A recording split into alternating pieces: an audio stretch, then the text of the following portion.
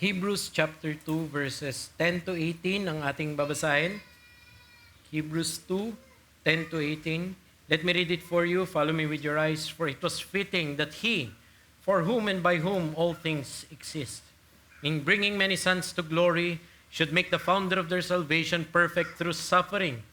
For He who sanctifies and those who are sanctified all have one source. That is why He is not ashamed to call them brothers, saying, I will tell of your name to my brothers. In the midst of the congregation, I will sing your praise. And again, I will put my trust in Him. And again, behold, I and the children God has given me. Since therefore the children share in flesh and blood, He Himself likewise partook of the same things, that through death He might destroy the one who has the power of death, that is the devil, and deliver all those who through fear of death were subject to lifelong slavery. For surely it is not angels that He helps, but He helps the offspring of Abraham. Therefore He had to be made like His brothers in every respect, so that He might become a merciful and faithful high priest in the service of God, to make propitiation for the sins of the people. For because He Himself has suffered when tempted, He is able to help those who are being tempted. Tayo manalangin.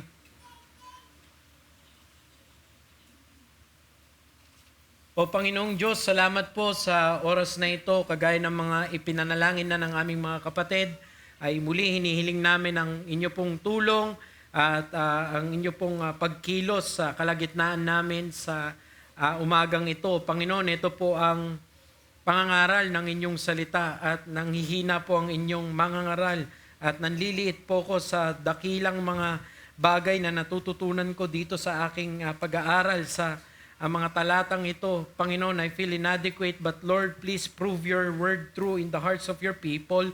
Nawa, ma-magnify po namin si Kristo sa oras na ito at mas makilala po namin kung sino siya sa pamamagitan ng pangangaral na ito. O Panginoon, kagaya ng napag-aralan namin kanina sa Sunday School, isang ministeryo ng inyong banal na Espiritu ay ang illumination. Bigyan nyo kami ng kaliwanagan sa aming mga puso at isipan habang ipinapangaral ang inyong salita, Panginoon. At nawa, tumugon kami na may pananampalataya, lumalim ang aming pananampalataya at tunay naming i-apply ang mga matututunan namin. Muli, Panginoon, baguhin nyo kami at kung meron pa dito, hindi pa nakakakilala sa inyo bilang Panginoon at tagapagligtas, kayo po, Panginoon, ang kumilos sa kanila at sila po ay iligtas ninyo, Panginoon. Bigyan niyo po kami ng kapayapaan sa aming mga puso at sana may kasiguruhan talaga ang bawat isa na kayo po ang tagapagligtas namin. So binibigay namin ang ang aming mga sarili sa inyong salita. Ibigay niyo po ang inyong salita sa amin. Itong aming dalangin sa pangalan ni Jesus. Amen. So mga kapatid, once again tayo ay nasa Hebrews sa pagkakataon na ito in an isolated lesson.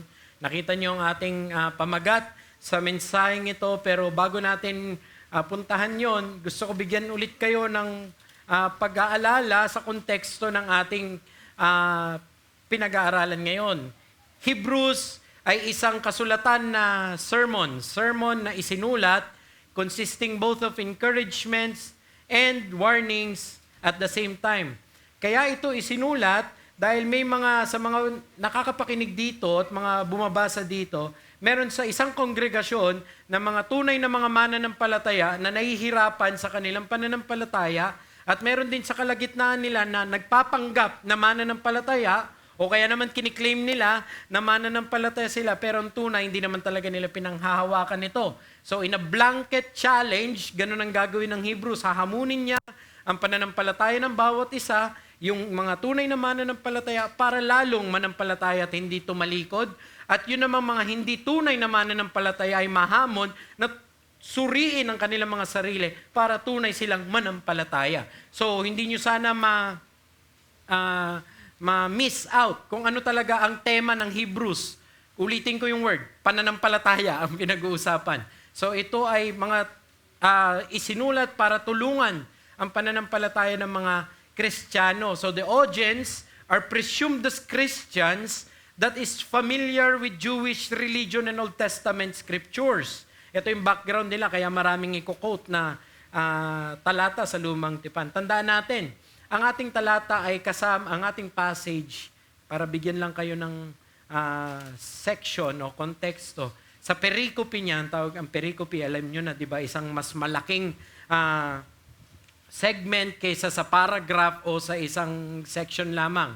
So, ang pericope niya ay chapter 1 to 5 hanggang 2 verse 18. Ang pericope na ito ay dedicated para ipakita ang superiority ni Kristo over the angels. So, tandaan niyo yung theme na yon. The theme is the author is aiming to show the hearers or the readers that Christ is superior over the angels.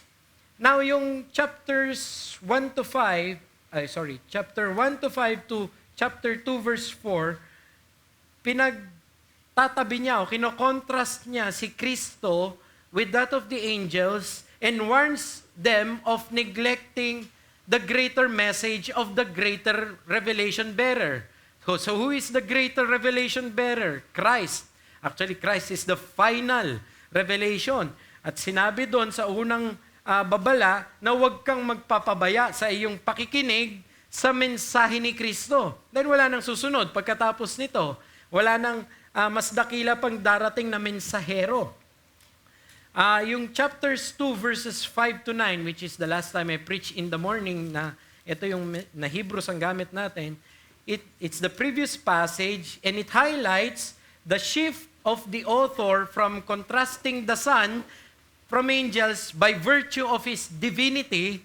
Nag-shift siya sa chapter 2 verse 5 to 9 na imbis na eternal divinity that they should reckon, the author means to show that the Son's true humanity. Nagpunta siya sa pagkatao, pagiging tao ni Jesus na hindi nila pwedeng i-ignore.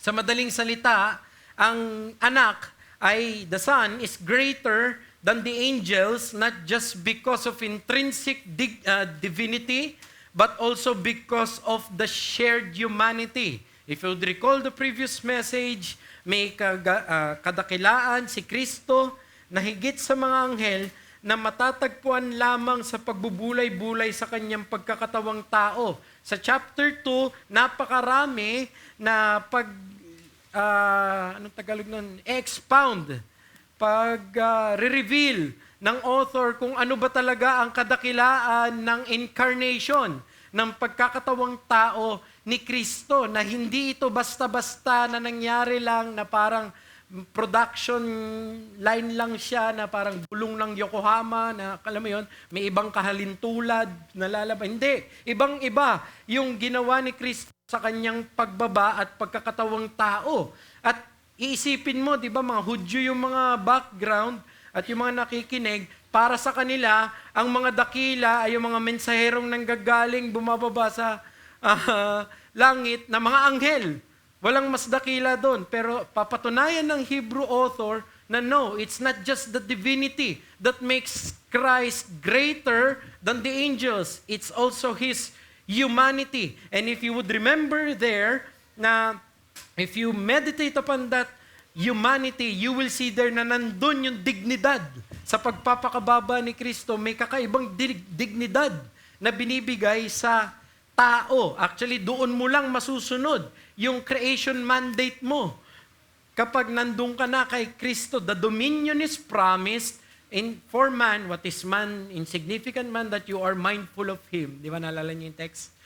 But you have made Him a little lower than the angels, and you put everything in subjection under His feet. So the dominion of man is fulfilled only in the true man, which is Christ. Doon lamang. Our passage, chapter 2, verse 10 to 18, ay pagpapatuloy ng tema kung bakit si Kristo ay mas tanyag at mas mataas kaysa sa mga anghel. And this time, He expounds on what the Son's humanity did for them. Sa mga nakikinig naman, kung kanina o sa mga nakaraang panahon, binangga ng may akda ang pagkatao ni Kristo sa mga anghel. Ngayon naman ay isisiwalat niya ngayon nagkatawang tao si Kristo, alam nyo ba talaga ibig sabihin nito para sa atin na mga tao? At yun yung gusto kong makita natin. There are a lot of theological themes actually na i-refer dito sa mga passage na ito. It's very pregnant with theology. Punong-puno ng buhay ng teolohiya at it will take us forever para i-expound ang chapter 2 dahil sa dami ng tema nito. And we will not have enough time in our given providence right now para isa-isahin natin lahat ng ito. But there are theological themes that is interspersed here. There is the perfection of the suffering, through suffering, there is death, there is the defeat of the devil, there is propitiation, there is the great high priest, and so on and so forth. Ang dami. Na pag in-expound mo, kailangan mo yung buong letter ng Hebrews, which is, yun nga ang gagawin niya. Yun yung buong letter ng Hebrews. I-expound niya yung high priesthood ni Christ, yung death ni Christ, and so on. But for this particular sermon, para sa ating mga kapatid, we will focus on an aspect that the reader will encounter that must not fail to bring him thrill and warm his or her heart. Ano yung temang iyon? Kagaya na nakita niyo sa ating title, ano ang gusto kong makita natin sa dami nito? That is the brotherhood that Christ brings. There is a brotherhood brought not by a fraternity, but by the Messiah. May kakaibang pagiging magkakapatid na idinudulot o dinala si Kristo. Isipin nyo lang yon. Think about that. Just use your imaginations. Kakatapos lang nung author ng Hebrew sabihin, alam nyo ba kung gaano kadakila si Kristo kumpara sa mga anghel? Grabe siya. Kumbaga, ang layo ng lamang, sinapawan niya ang mga anghel sa ganitong aspeto. Ito siya, ganito yung divinity niya. Tapos isipin mo, at hindi siya nahihiyang tawagin kang kapatid. Can you imagine the jump na ginawa nung author ng Hebrews, yung biglang, ano nangyari? Parang, kung senaryo siya, bakit biglang nagkaganon? Bakit, alam niyo yung meme na, yeah, that's me. You might be imagining how I came here. Parang ganon yung, parang kailangan ng flashback. Bakit nagkaganito? Bakit nandito ka agad yan?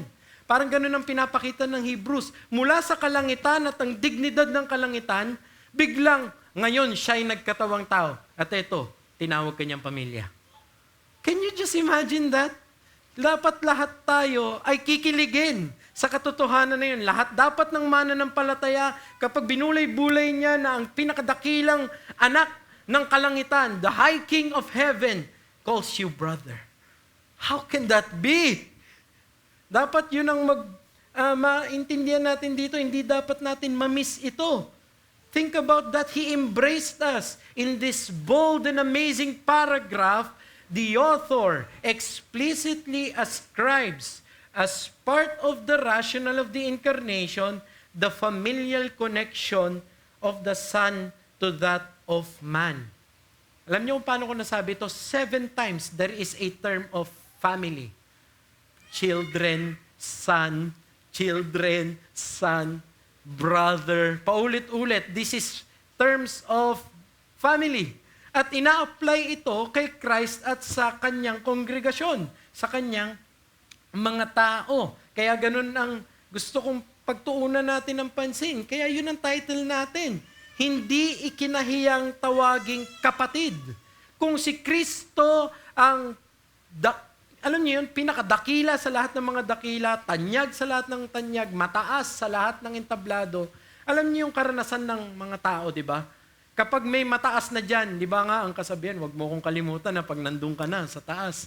Kasi pag tumataas ang isang tao, nagkakaroon ng distansya na parang hindi ka na magiging close sa kanya kasi meron na siyang ganitong klaseng posisyon. Baliktad si Hebrews.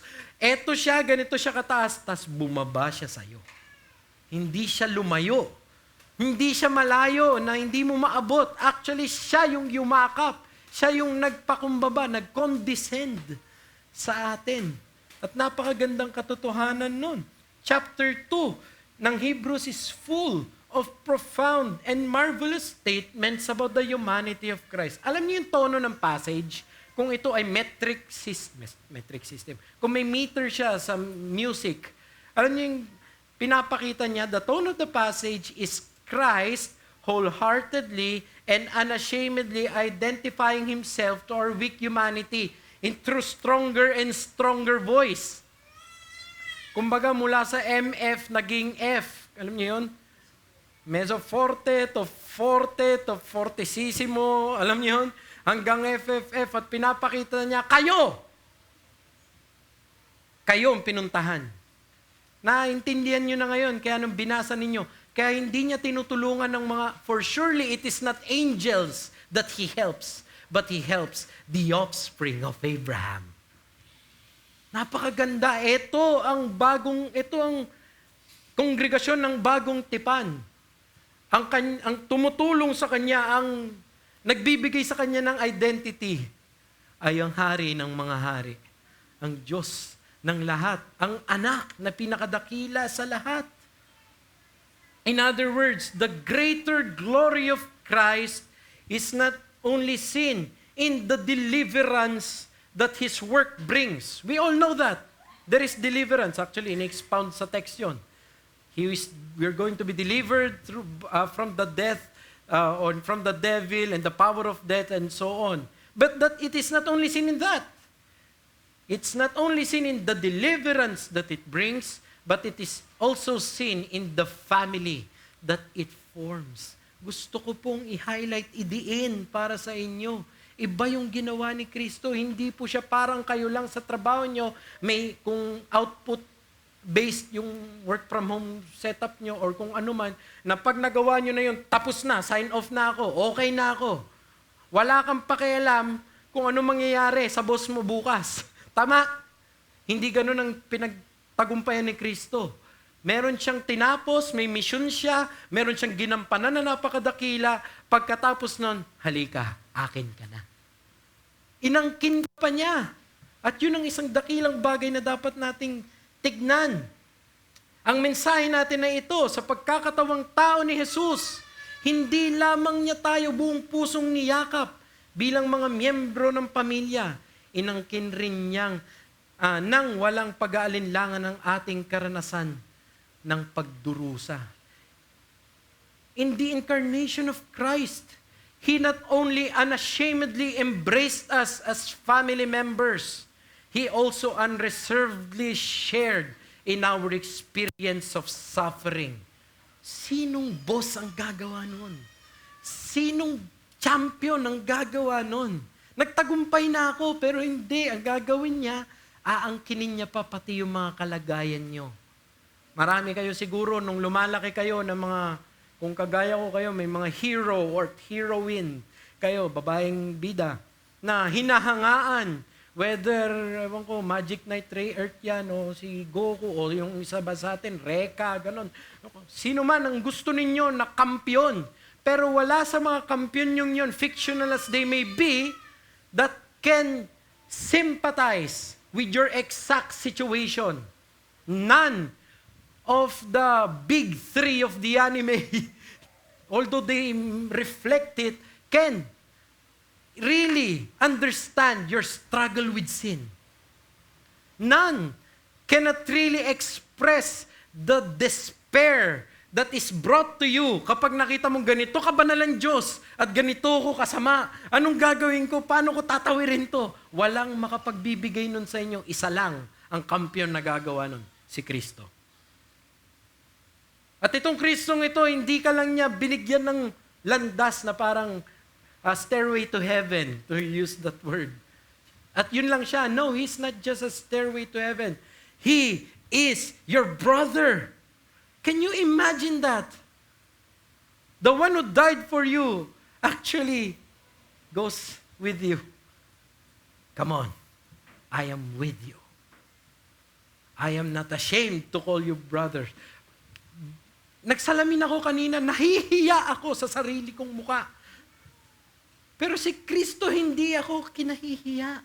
Alam nyo, yung salamin ng mirror on the wall, who is the most moral of them all? Lahat kayo, alam nyo mga baho ninyo. Pero isipin nyo yun, isang makasalanan, aakbayan ng pinakadakila sa lahat. Kapatid ko to. This is mine. What great, that great truth that is. He made us family. And not only that, He also shared in our frailty. Oh, many times, we can sympathize or we can call ourselves bro. Pero, seldom na sana, di ba, kunwari, meron kang nakitang kapatiran, may kapansanan. Ano, sana ako rin may kapansanan mo. Walang ganon. Si Kristo lang. Si Kristo, isipin niyo yun. Kinuha niya. Inangkin niya, hindi, magiging katulad niyo talaga ako. Your temptations, my temptations. Your sufferings, my suffering. He really knows what's going on without sin. He really knows your struggles. Hindi to superficial. Many think that the incarnation of Christ, kapag Christmas, di ba, Christ was born again. At magiging, alam niyo yun, associated with pagiging magandang model, great model of giving, humility, so on and so forth, virtues, values, yun ang time of Christmas, yun ang time of incarnation. There's nothing wrong in and of itself with those virtues and values and gift giving, that's good. But you know, when the Bible speaks of incarnation, when the Bible speaks of Christ becoming man, it goes deeper. It is more than a sentimental thing. It actually opens a new identity. A new identity for sinners like us. So, ibig sabihin nun, kapag inisip mo yun at inisip mo ang iyong pagkatao, humanity, it brings gravitas. It brings gravity to your humanity. It brings dignity. It even gives hope in the difficult Christian experiences. Nakikita ninyo sa inyong mga outline dyan. Tanungin natin ngayon, anong klaseng pagkakapatiran ang matatagpuan natin kay Jesus kung ganun pala ang katotohanan? Una, pagkakapatirang natatagpuan lamang sa Diyos. At ikalawa, pagkakapatirang may parehang karanasang pangtao. So sa maikling panahon na ito, ibigay nyo sa akin mga kapatid, dalawa lang ang titignan natin na nakaayon lang sa tema ng pagkakapatiran, brotherhood. I have said that there are many themes interspersed in the text, but we will focus on that which teaches about Christ claiming us as brothers. So pagkakapatirang natatagpuan lamang sa Diyos, verses 10 to 13. You have there the text.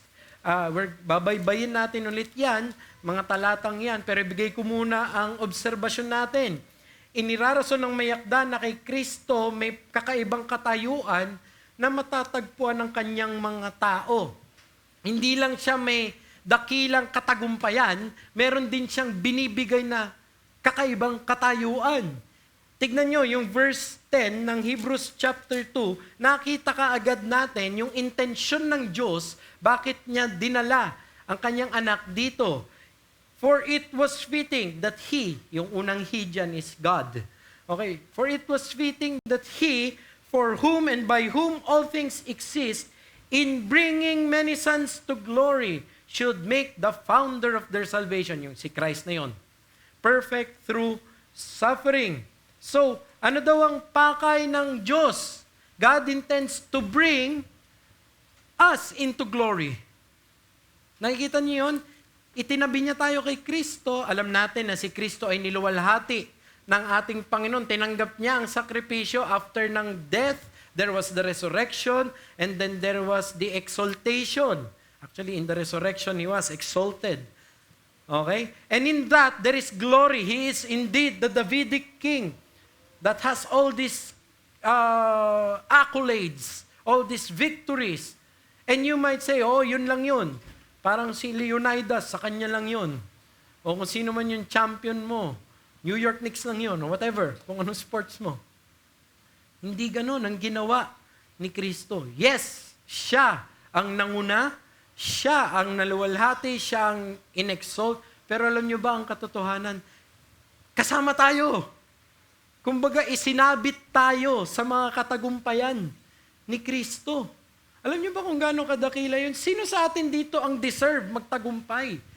Sino sa atin dito ang kaya na gawin yung mga tagumpay na yon? Na aabot siya sa kaluwalhatian ng Diyos.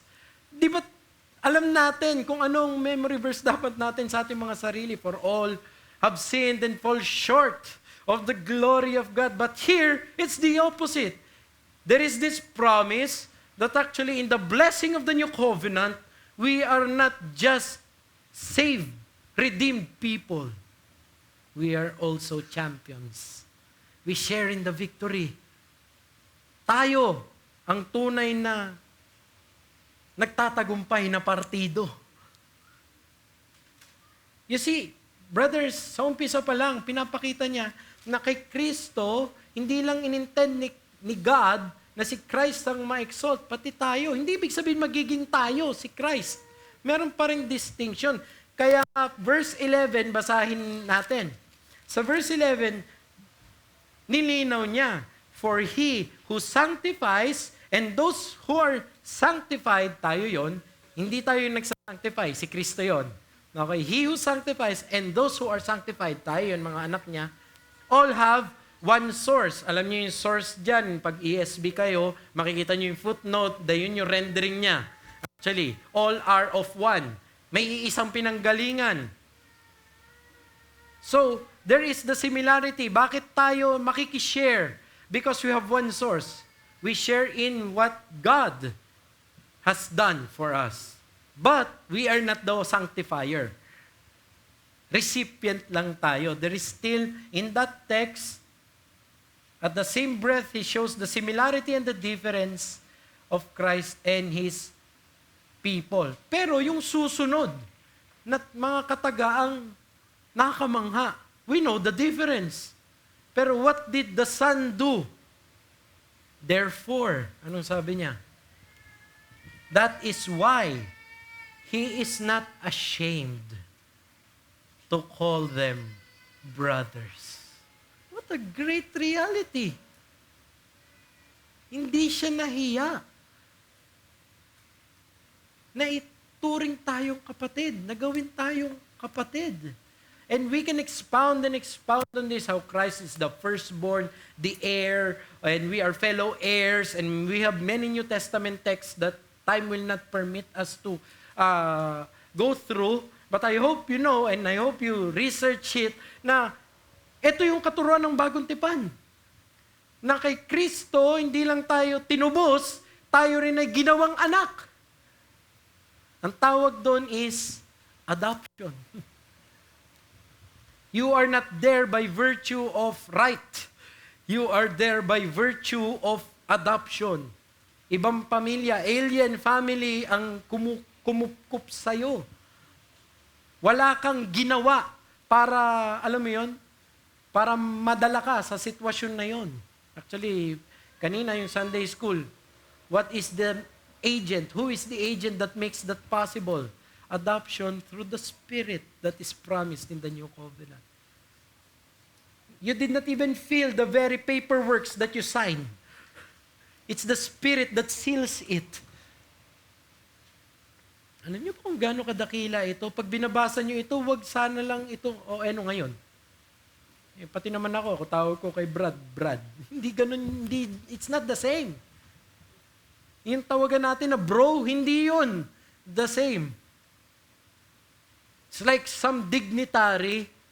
Di ba, kunwari, nung panahon nung unang Marcos, I'm sure walang tatawag kay Pabian Ber. Kilala niyo si Pabian Ber?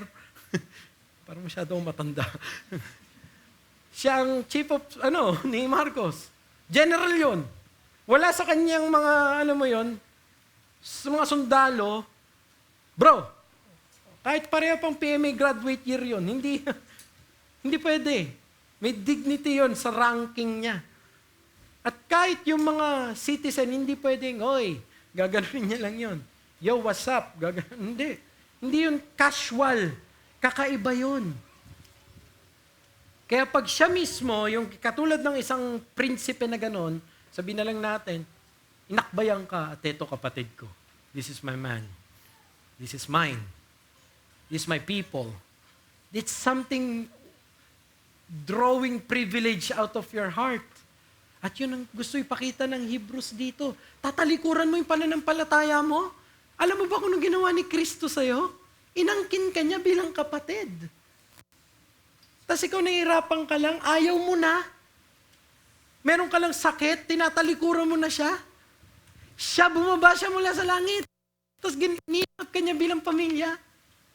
Tapos ikaw may kahirapan ka lang, natutukso ka nang umatras. Nakukuha nyo ngayon yung implied sa text. Ganun kadakila ang ginagawa ni Kristo para sa kanyang mga anak. There are different roles, but same source. Therefore, the rationale is, you are family. Kaya binigyan niya pa ng dalawang Old Testament text.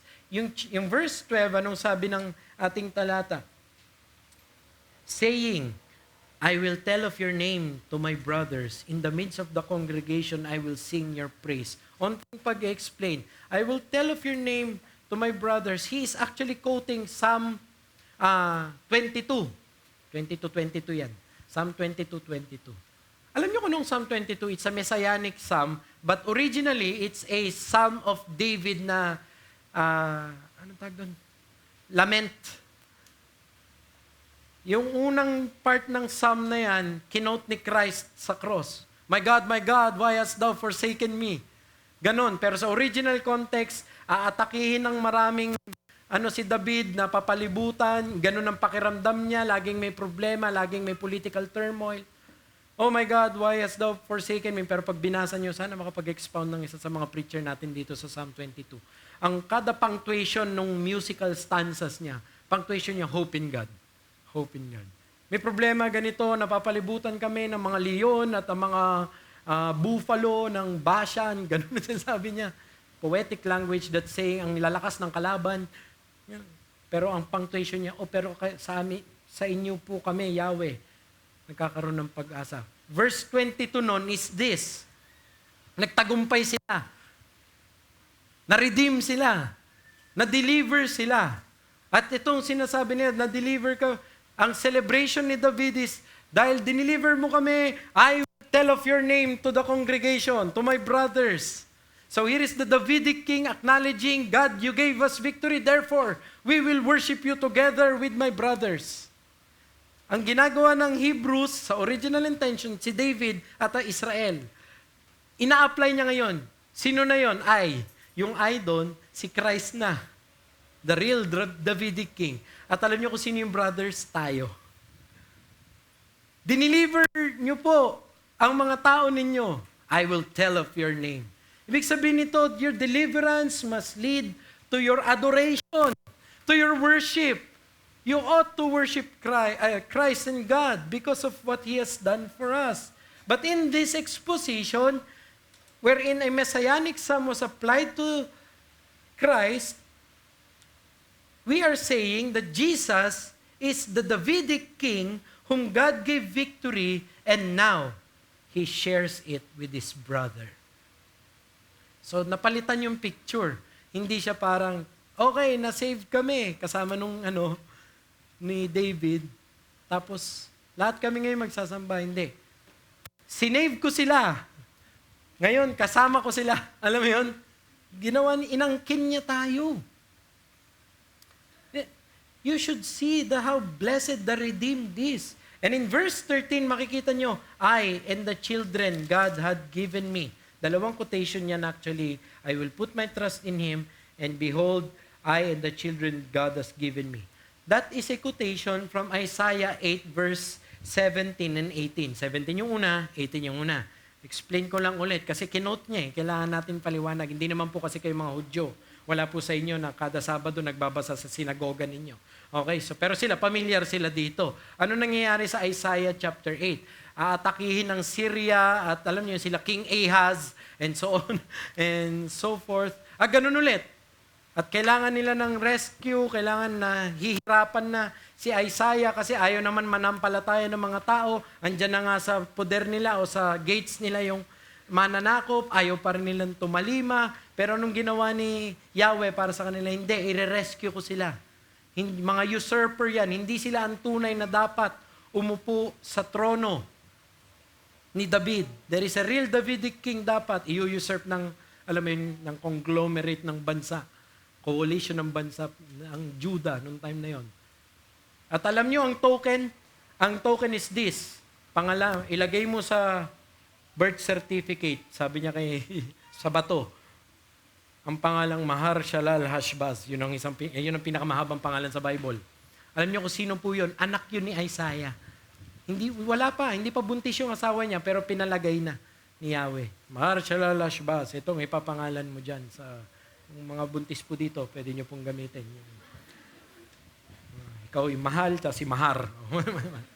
Pero Maher-shalal-hash-baz ang papangalan niya.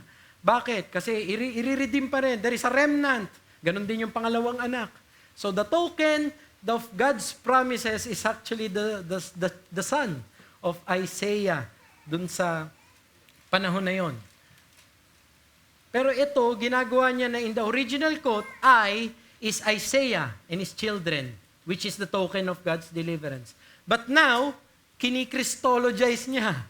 It is now applied to Christ and God's children given to Him. So pag binasa mo ngayon ng Hebrews 2, Behold, I and the children God has given me. Sino yung I doon? Si Christ na. At yung mga anak na binigay niya sa akin. Di ba sinabi rin ni Jesus to sa John, that there is a people that God gave to me. My sheep that God has prepared for me. At sino itong mga taong ito? Ito yung mga kapatiran. Kakaibang pagiging magkakapatid, pagkakapatiran ang binibigay sa atin. It is now applied to the children. In other words, in Christ assuming us as His brothers, we share in all His victories. Anong prinsipyo?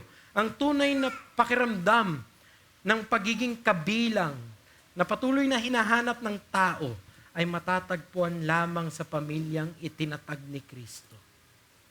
You know the sense of belongingness that you're looking for, you will not find anywhere except in the people of God in Christ. Except in Christ, there is no fulfillment of that. There is something in your soul that can only be fitted by the work of Christ, the people of Christ. It is not enough. Hindi pwedeng pera, salapi, posisyon, asawa, whatever. Walang relasyon ang pwedeng pumalit nun. Your sense of belongingness, it can only be found. Matatagpuan lamang ito sa pamilyang itinatag ni Kristo. You are constantly seeking fulfillment, meaning, or identity. Well, I tell you, the only meaningful identity you can ever have is found in Christ. The true sense of belongingness that man quests for every day is found in the family that Christ has founded. In other words, mga kapatid ko sa pananampalataya, kayo pong pinangangaralan ko ngayon. Look at me. Dapat this is where you truly belong. This is where you should be so acclimated.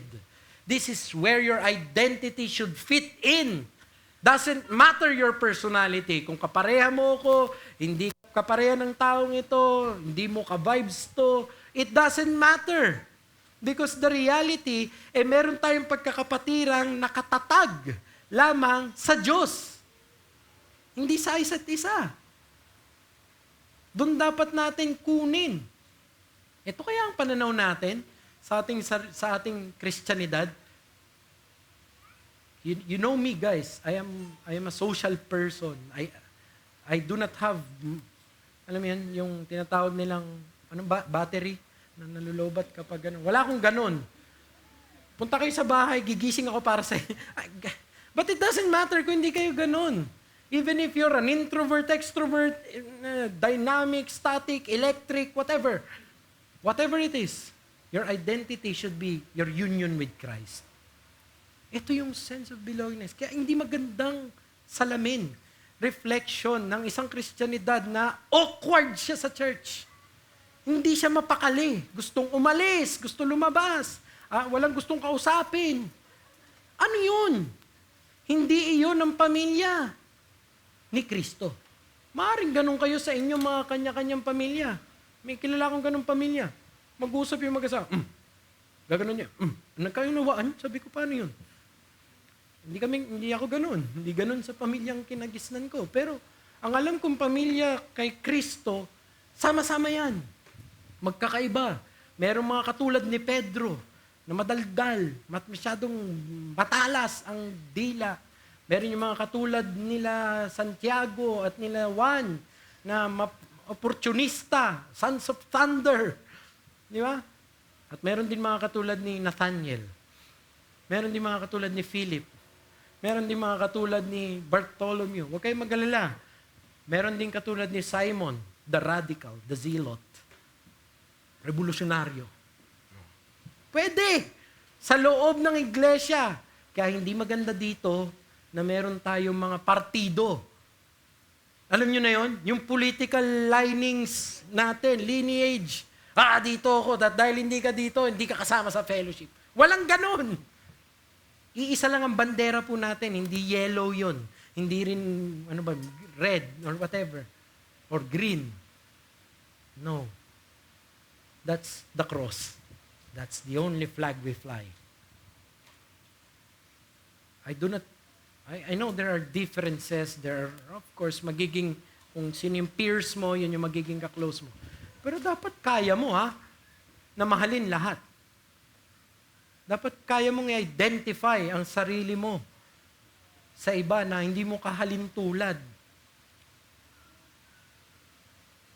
A lot of saints will forget that they are pilgrims and strangers in this world and tries to find fulfillment in this fleeting world. It's ever since the beginning, it was never there na makukuha mo yung fulfillment in life. It is always in the kingdom of Christ. It is only in God's kingdom that your identity makes sense. It matters. So in-applyan nyo, anong una nyo ipapakita? Edad, so on and so forth. Dito, sino ang sinasamba mo? Pag pareha tayo sinasamba, yayakapin dapat natin ang isa't isa. Kaya nga dito, mga kabataan, hindi maaari na mananampalataya ka at ang manliligaw mo, gusto mo mapangasawa, ibang sinasamba kaysa sayo. That's the reason why we do not permit unequal yoking. You are a worshiper, first and foremost. Magkaiba kayo nasasambahin? Hahayaan mo yon sa control mo? Hindi pwede. Because you are standing on an identity that is brought by the cross. It's a matter of your allegiance. Anong identity ang pinangungunahan ng puso mo? Tanong, para sa ating lahat, katulad ko habang ako nagme-meditate sa mga text na ito, ikinahihiya mo ba ang iyong mga kapatid? O ang iyong iglesia? O ang iyong Kristyanidad? O hindi ko sinasabi dito na para kang luko-luko na, hoy, Kristiyano ako, hindi ka mga ganun. Hindi. Pero dapat hindi mo ikahihiya. You are not ashamed. To let other people know, I am a Christian. When conflict comes in the domestic spheres, you're the one who is first na malambot ang puso. Kahit na ikaw na yung naagrabyado, you know why? Dahil hindi mo ikinahihiya na Kristiyano ako eh. Paano yun? Ikaw na ang talo. Ganun naman talaga. Paano kung sinabi ni Kristo yun? Di ba? Nasa krus. Nasa krus ng Kalbaryo. Parang dihado ako, babanga ako. Di wala tayong kaligtasan, pero hindi yun ang ginawa niya. Pero ikaw, magmamatigas ka? Anong identity ang ina-assume mo? Does it reflect that Christ is your brother? Di ba it was said of Gandhi that when he was asked about Christianity, it was said na, ito sinabi niya, wala akong video recording, nakaano lang to na, I like their Christ, but I don't like their Christians. It should not be ng isang outsider titingin sa atin, gusto ko yung Kristo mo, pero ikaw hindi kita gusto. Dapat lalapit tayo sa kung sino si Kristo. So, aplikasyon. Kung gano'n naman pala, hanapin ang tunay na kapunuan at kasiyahan sa buhay sa mga relasyong nakapundar kay Kristo. Hindi sa mga bagay-bagay sa mundong ito. Huwag maghanap ng kapuspusan ng identity sa mundo. Pero naway matagpuan ito sa iglesia. Kay Kristo, sa Diyos. Sa mga kaibigan namin dito, kanino o saan mo hinahango ang kasiyahan at ang meaning ng iyong buhay? Gusto mo ba makamit na pangarap? Kung hindi si Kristo ang sagot dyan, ay walang katuturan lahat yan. Meron ka sigurong life goals, bucket list, na yun ang tingin mo mag-identify sa'yo. In a word of a song, I want to be a billionaire. That's his ultimate desire. Even if you gain the whole world and loses your soul today, what will it profit you?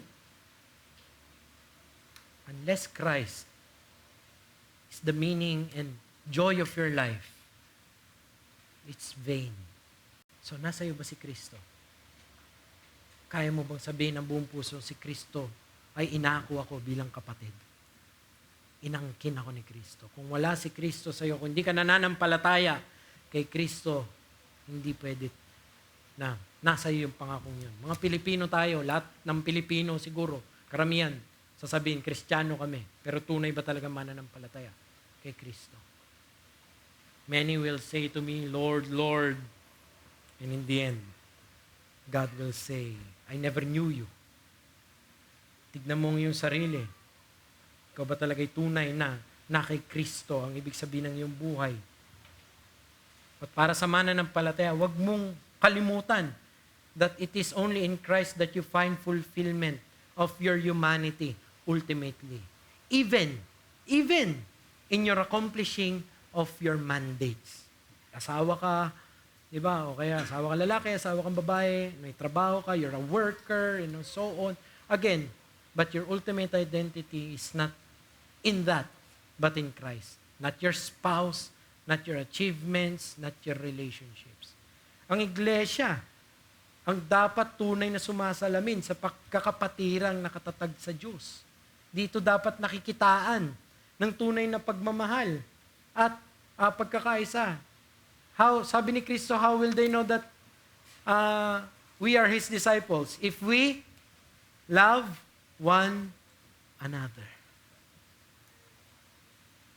So, church, let's search ourselves in our conflicts.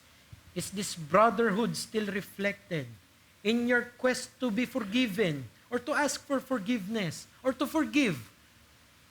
Is Christ your reflection still? Strive to show this brotherhood as much as lieth in you. Ikalawa, may pagkakapatirang may parehang karanasang pantao. Obserbasyon. Malinaw na idiniin ng may akda ng pakikisa ni Jesus sa ating pagkatao, hindi lang physical. Naghahanap ako ng Tagalog word. Ang gusto ko sabihin, superficial. Hindi lang physical, kundi pati ang ating karanasan at kahinaan. Tignan niyo yung verse 14. The children share in flesh and blood. Constitutionally, we are the same. Pero hindi lang yun ang ibig sabihin nun. He himself likewise partook of the same things. Ano ibig sabihin nun? Not just same constitution, not just same flesh and blood, but also same weaknesses. I'm not saying sinfulness, weaknesses. Humanity in its weaknesses.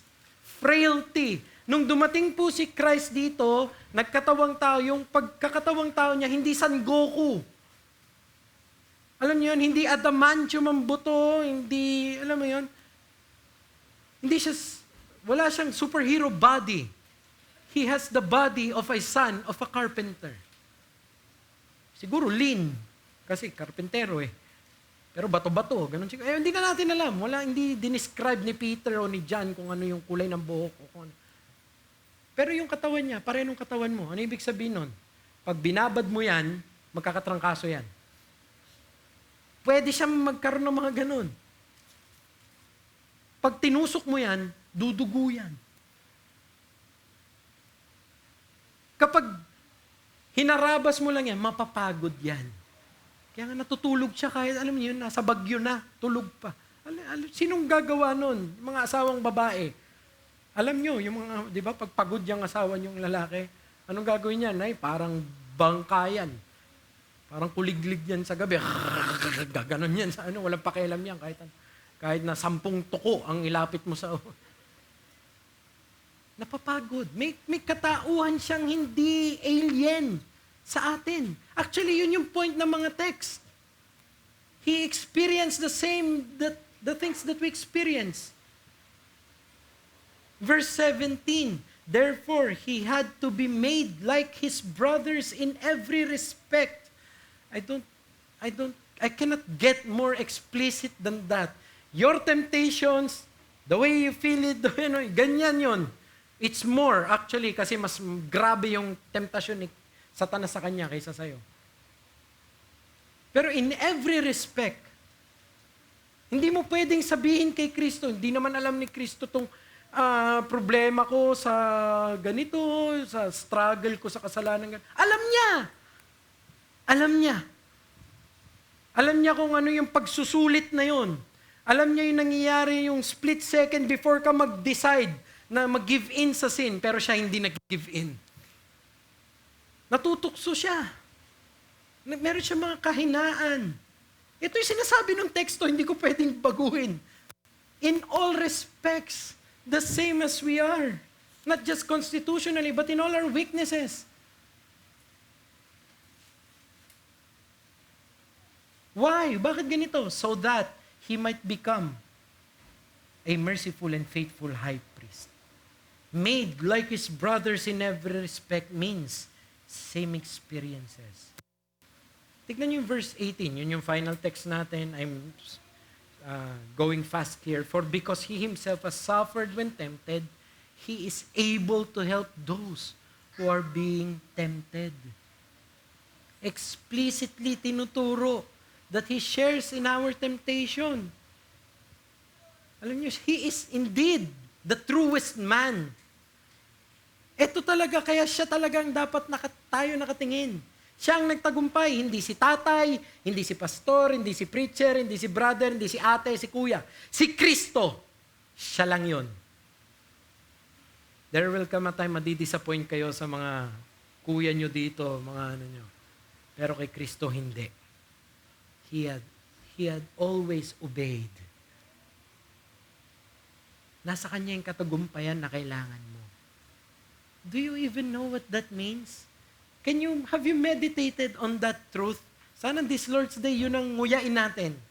Si Kristo, sa tagal ng buhay niya dito, hindi man lang ni minsan bumigay sa temptasyon. Kanina lang nung mainit, siguro meron sa ating bumigay ang pasensya. Pero si Kristo, kahit sa hirap, kahit sa pigati, kahit sa suffering, hindi siya napatid ang kanyang pagsunod. He just obeyed God. Yun ang mga tinatangkilik niya actually ng mga kapamilya. Di ba binasa kanina sa assurance natin? Who is my family? Who is my brother and my sister and my mother? Those who do the will of the Lord. Yun yung inaangkin niya. Yun dapat tayo. What's the principle? Si Kristo ang tunay na nakauunawa at makapagbibigay saklolo sa lahat ng ating mga pagsubok. Gusto ko po kayong iwanan ng isang magandang encouragement. Sa tinuturo ng Hebrews dito, wala po pala tayong karanasan na hindi natin pwedeng ilapit sa Kanya. Na, kumbaga, parang kunwari minsan mag-usap ka ng best friend ko si John, no? Ganyan. Minsan, tameme kami. Hindi ko alam kung anong sagot dyan. Hindi ko naranasan yan. Hindi ko maintindihan. Pasensya ka na. Kay Kristo walang ganon. Lahat. Kaya nga sa hymn natin, take it to the Lord in prayer. Yun yung ating tagapagligtas. Lahat, ilalapit niya. Pera, kasalanan. Lahat na naiuunawa niya. So, nahihirapan ka sa buhay pananampalataya mo, nahihirapan ka na walang nakikinig sa mensahe mo, nahihirapan ka sa mga kapamilya mo na binabastos ka pa dahil sa pananampalataya mo, nahihirapan ka dahil wala, binabudget mo na nga, hindi pa dumarating yung mga ano. Hindi naman po yumaman si Kristo dito. Hindi po naging mga mananampalataya sila James at Jude no mga una. They were reviling him actually. The family in Galilee were not believers before the resurrection. So he knows all those. But did it nag-waver ba siya? No. Ikaw siguro may pinagdadaanan ka na ngayon mo lang napagdaraanan. Ang tawag doon, uncharted territory. It's very, alam nyo, ang nakakatakot sa isang uncharted territory. Ang ibig sabihin nun, kung naglalayag ka, actually, there is no one who had been there before. So you have no privilege of information. What is there? Ang tawag doon, pioneer. Ang mauuna doon, pioneering yon. Tama? Okay. Alam niyo pala sa text natin, this is very instructive sa akin. Alam niyo sa verse 10, for it was fitting that he for whom and by whom all things exist in bringing many sons to glory should make the founder of their salvation. Alam niyo yung founder doon sa iba, captain eh. Sa King James, captain of their salvation, na parang nautical na ano. Pero hindi. It is, ang word na yan, yung founder na yan, it is someone who went there as first. Leading as first. Founding father. Parang ganon. Si Kristo pala yun. Kumbaga lahat ng karanasan, siya yung una doon. So para sa'yo, it's uncharted territory, but not for my Christ. So kung ako ngayon may kalagayan o sitwasyong pinagdaraanan na hindi ko alam ang gagawin, no, I do not know. I can always rely na, Lord, you know. And there are going to be times in your Christianity, yun lang ipagpipray mo. Lord, it's so hard. I don't know. But you know. Ang tawag doon, the sacrifices of a broken and contrite spirit. Basag ka na. Pero inaalay mo yung sarili mo sa Panginoon. Aren't you glad may ganun? That's the principle. Seek Christ. Ang tanging nakakaunawa talaga sa inyo. Oh yes, some brethren may sympathize, but only Christ can be the great high priest. He is the only one qualified. Okay, I'll go bring that to God. It's only Him. The passage is clear that He is not a far away and uncaring, unsympathizing counselor or helper. No, He fully understands us. He is our merciful and faithful high priest, in the words of the song, whose name is love. Whoever lives and pleads for me. He is not indifferent. He is not aloof to our situations, to our temptations. And this truth, if ito pala yung katotohanan, should all the more encourage us to live by faith in Him. Brethren, that is the purpose of the text. That is the aim of Hebrews. To encourage more faith in Him. Kaya pagdating sa dulo, anong sasabihin niya sa chapter 12? Looking unto Jesus, the founder and the finisher of your faith. Run the race. Go. Tuloy mo lang. Persevere. So what's the application? Harapin ang bawat paghihirap na may pagsasalang-alang na ito'y lubusang nauunawa ng ating tagapagligtas, na kayang-kaya tayong tulungan sa mga ito. You know, hindi kasi pwedeng tayo magdidikta ng terms sa mga ganitong situation. Sometimes God will say, yes, I hear you, but still go. You know, like a child. Sometimes hindi maunawaan ng 5-year-old ko o ng 2-year-old ko na, bakit kailangan ko gawin to? Ang hirap nga eh. Pero ikaw bilang ama o ina, alam mo, di ba? Sige, tuloy mo. Sa level ng Christianity natin, may mga times na ganun. Kapatid, go. Okay lang.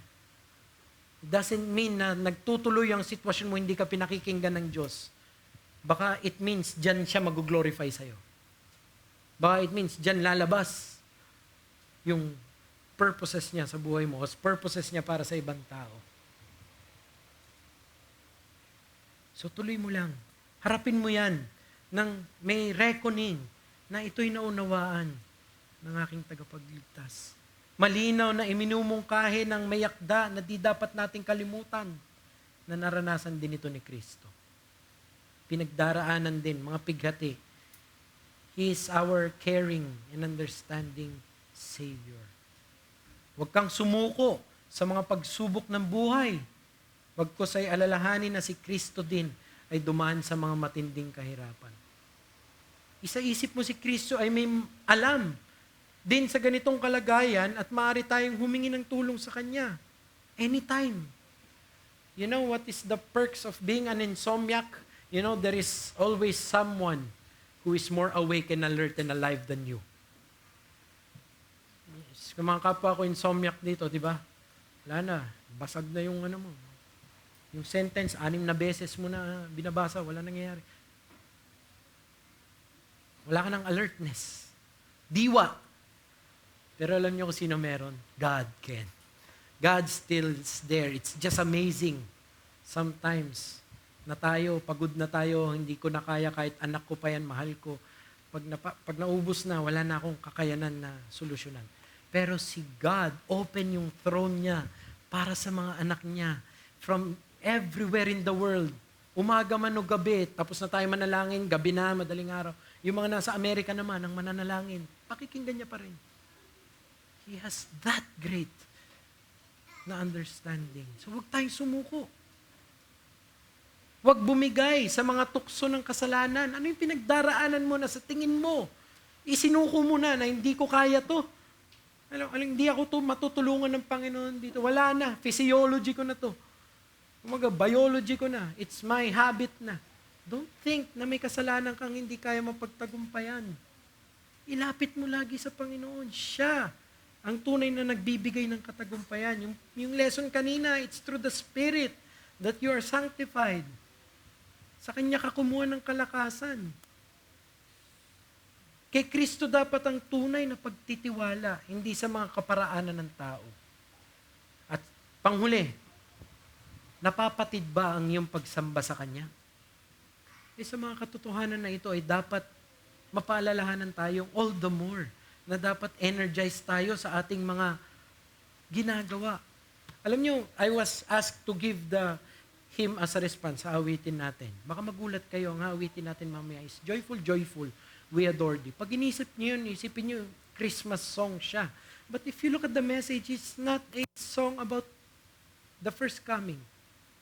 It's about the reign of Christ. It's a call na dapat tayo magdiwang, magtuloy sumamba. At alam niyo sa isang lyrics niya, thou art giving and forgiving, ever blessing and ever blessed, wellspring of the joy of living, ocean depth of happiness, thou our Father, Christ, our brother, all who live in love are thine. Teach us how to love each other. Lift us to the joy divine. In the exaltation of the saints, they found it a truth that in the brotherhood of Christ, there is so much to reason to worship Him. And that's our conclusion. Dahil hindi tayo ikinahiyang tawaging kapatid ni Kristo, ay dapat din natin siyang akuin at bigyang papugay bilang dakilang kapatid sa ating pagsamba. Tayo manalangin. Father, may we be grateful and be worshipful sa inyo all the more for what you have done for us is greater than we can ever imagine. Lord, thank you that undeserving sinners like us, you have embraced and called your brother. Oh Lord, we glorify you. Oh, our Messiah, our Savior, thank you, Lord, for being our loving elder brother. Oh, our God, thank you for including us in your plan of salvation that is so great. In Christ's name we pray.